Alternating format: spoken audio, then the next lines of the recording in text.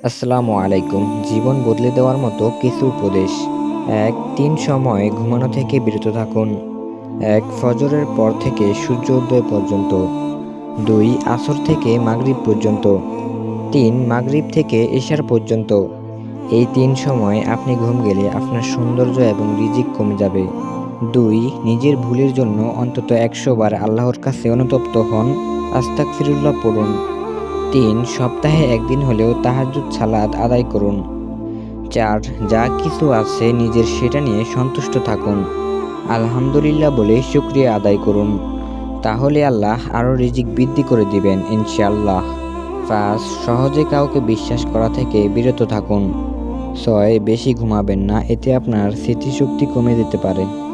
৭. যারা আপনার সাথে খারাপ আচরণ করে তাদের সাথে আপনি ভালো আচরণ করুন। এটাই হলো রাসূল সাল্লাল্লাহু আলাইহি ওয়াসাল্লামের শিক্ষা। ৮. নিজের অতীত কিংবা কষ্টের পরিস্থিতি কারো সাথে শেয়ার করবেন না। ৯. যাই কিছু হোক, যত পাপই করুন, ৫ ওয়াক্ত নামাজ ধরে রাখার চেষ্টা করুন। ১০. পারলে সপ্তাহে ২ দিন রোজা রাখুন। ১১. নিজেকে সবসময় ছোট ভাববেন।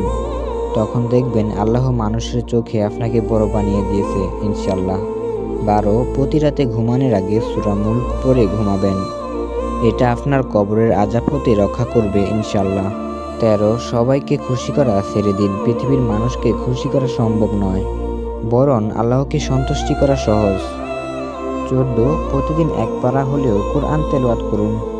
সেটা সম্ভব না হলে ১ পৃষ্ঠা পড়ুন, না হলে কিছু আয়াত পড়ুন। প্রিয় ভাই ও বোন, আপনার কাছে যদি ভিডিওটি ভালো লেগে থাকে তাহলে একটি লাইক দিন এবং এই রকম ইসলামিক মোটিভেশনাল ভিডিও পেতে আমাদের চ্যানেলটি সাবস্ক্রাইব করে রাখুন। ধন্যবাদ।